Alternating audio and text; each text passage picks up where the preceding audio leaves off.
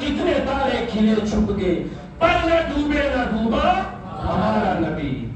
بات ختم ہو جانی چاہیے تھی، بات ختم ہو جانی چاہیے تھی، لیکن بات ختم نہیں ہوئی۔ لیکن اگر اس سے آگے والے حصے کو اگر میں شروع کروں تو کم سے کم میں تو کامل آدمی ہوں، ان علماء کے قدموں کی خاک بھی نہیں، مجھے 1 گھنٹہ اور چاہیے جب اس سے آگے شروع کروں گا۔ لیکن پھر کبھی اس سے آگے والی جو آیت کا حصہ رہ گیا ہے، الا اقررتم، کیا تم نے اقرار کیا نہیں کیا، اور اس اقرار پر ترجمہ سن لو، میرا بھاری ذمہ لیا یا نہیں، تاکید پر تاکید، تاکید پر تاکید، اقرار کیا یا نہیں، اس پر میرا بھاری ذمہ لیا نہیں۔ قالوا اقررنا، آدم سے لے کر عیسیٰ تک سب نے کہا مولا ہم نے اقرار کر لیا۔ ہم نے کیا کر لیا؟ اقرار کر لیا۔ قال اچھا، قال فاشهدوا، کہا یہ اقرار سے نکال نہیں چلے گا تو کیا کرو؟ قال فاشهدوا، رب نے فرمایا تم ایک دوسرے کے گواہ ہو جاؤ۔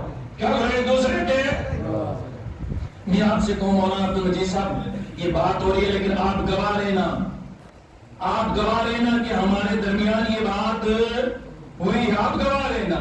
لیکن اللہ تعالیٰ نبیوں سے کہہ رہے دو ایک دوسرے کے گواہ رہنا، کل کوئی انکار نہ کر دے جا کے کہ میرے سامنے یہ معاذ اللہ نبی انکار نہیں کرنے والے، نبی معصوم ہوتے ہیں، فرشتے معصوم ہوتے ہیں، لیکن اللہ تاکید کیسی بیان کر رہا ہے کہ تم ایک دوسرے کے گواہ ہو۔ کہا مولا ہم ایک دوسرے کے گواہ ہو گئے۔ کہا اچھا ایک دوسرے کے گواہ ہو گئے نا، لیکن تمہارے اوپر گواہ کون ہے کہ یہ تم نے عہد کس کے سامنے کیا ہے؟ ہمارے اوپر بھی تو گواہ ہونا چاہیے۔ قال فاشهدوا وانا معكم من الشاهدين، فرمایا تم ایک دوسرے کے گواہ ہو، تمہارے اوپر گواہ میں خدا ہوں۔ نہیں اس بات سمجھ میں میں سنتے ہوں آپ کو ختم کر دوں۔ کہا تم ایک دوسرے کے گواہ لیکن تمہارے اوپر میں خدا گواہ ہوں، اس لیے کہ یہ عہد تم نے میرے سامنے کیا ہے کہ تمہارے دور اقتدار میں اگر وہ مصطفیٰ آ جائیں گے تو تم نے کہا ہم ضرور اس پر ایمان بھی لائیں گے اور ضرور اس کے دین کی مدد بھی کریں گے۔ یہ ہے حضور کا میلاد۔ اب پورا قرآن دیکھو، جو آیت پڑھتے جاؤ گے حضور کا میلاد، حضور کی فضیلتیں، حضور کی تعریف سے پورا قرآن بھرا ہوا ہے۔ اس لیے آپ سے گزارش یہ ہے کہ یہ ناجائز بھی نہیں ہے، حرام بھی نہیں ہے، مکروہ بھی نہیں ہے، مکروہ تحریمی بھی نہیں ہے، خلاف اولا بھی نہیں ہے، یہ مستحب ہے۔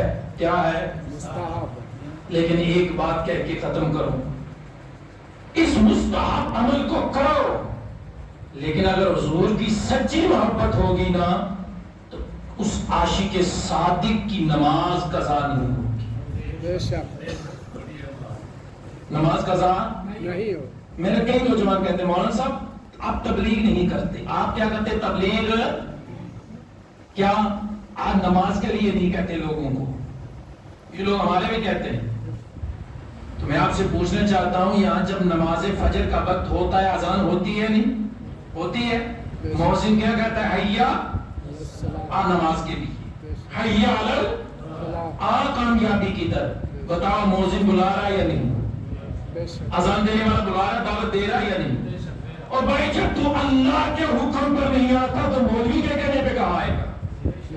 جب تیرے دل میں اللہ کا وہ حکم سنایا جا رہا ہے، وہ بات نہیں اثر کرتی تو مولوی نے بھی تو اسی زبان سے تجھے کہنا چل مسجد میں نماز پڑھ۔ مولوی کہے گا بھائی مسجد میں آ، جب تو اللہ کا حکم سن کر اس کا کلام سن کر تو نہیں آتا تو پھر میرے مولانا ریاض مولانا عبد المجید صاحب کے کہنے سے کیسے آئے گا؟ پیارے یاد رکھو یہ دل گناہ کرتے کرتے کالا ہو گیا، اب احساس ہی نہیں ہوتا، اب احساس نہیں ہوتا کہ نماز چھوٹ گئی یا نہیں۔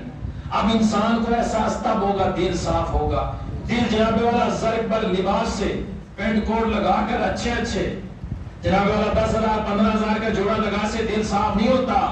دل نبی کی محبت ہوگی تو پاک اور صاف ہوگا۔ بے شک بے شک قرآن کی تلاوت کریں گے، زبان بھی پاک صاف، دل بھی پاک صاف ہوگا، لیکن تلاوت بھی وہی اثر کرے گی جو نبی کی محبت میں پڑھی جائے گی، اور جو نبی کی عداوت میں پڑھی جائے گی تو پھر ابو لہب ہی جیسا ذہن بھی پیدا ہوگا، ابو جہل ہی جیسا ذہن پیدا ہوگا۔ اس لیے قرآن بھی پڑھو، مساجد کے قریب آؤ، نبی کا میلاد یہی ہے، سنی اللہ کے لیے مسلمانوں نوجوانوں نمازی بن جاؤ، نماز پڑھ لو۔ نماز ایک ایسی عبادت ہے کہ تمہیں دنیا سے نہیں جوڑتی، نماز دنیا سے سارا ناتا توڑ کے اللہ سے جوڑتی ہے۔ بندہ اللہ سے بات کرتا ہے، نماز پڑھ کے تو دیکھ تو کہتا ہے مزہ نہیں آتا۔ خدا کی قسم ایک عمل کر لو، 40 دن تک یہ تم چلا کر لو۔ اگر آپ سے کوئی کہ جناب اللہ تمہیں 10 لاکھ روپے ملیں گے لیکن 40 دن تک تمہیں چلا کرنا، 10 لاکھ روپے ملیں گے، کہ اگر یار 10 لاکھ روپے ملیں گے چلو کبھی 40 دن چلا کر لوں گا، بیٹھ کے جناب اللہ عبادت کرے گا، لیکن وہ عبادت اللہ کے لیے نہیں ہے، وہ 10 لاکھ کے لیے ہو رہی ہے۔ آپ ایک کام کرو، عمل یہ کرو کہ 40 دن تک لگ کے دل لگ کے نماز پڑھو، دل لگا کے 40 دن تک نماز پڑھو۔ خدا کی قسم میں دعوے سے کہتا ہوں 40 دن کے بعد نماز تمہیں خود ہی نہیں چھوڑے گی، بے شک تم جہاں کہیں بھی ہوگا نماز نہیں چھوڑے گی، سکون ہی نہیں آئے گا، مزہ ہی نہیں آئے گا، نماز چھوڑ جائے گی۔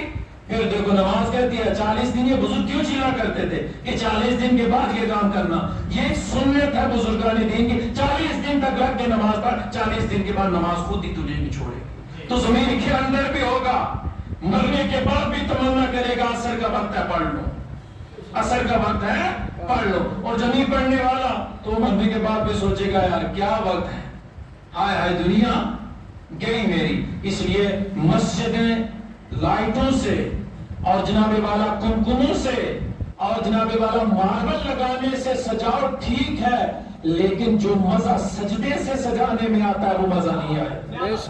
تھوڑی دیر مسجد میں بیٹھ جایا کرو، تھوڑی دیر بیٹھنا تمہیں 70 سال کی عبادت کا ثواب ملتا ہے۔ تھوڑی دیر مسجد، الترغیب و ترہیب کے اندر یہ حدیث ہے کہ مسلمان تھوڑی دیر مسجد میں بیٹھ جائے، اللہ اس تھوڑی دیر بیٹھنے کی برکت سے 70 سال کی عبادت کا ثواب عطا فرماتا ہے۔ اللہ تعالیٰ میرے کہنے اور آپ کے سننے میں 7 کو غلطی ہی مولا تعالیٰ معاف فرمائے۔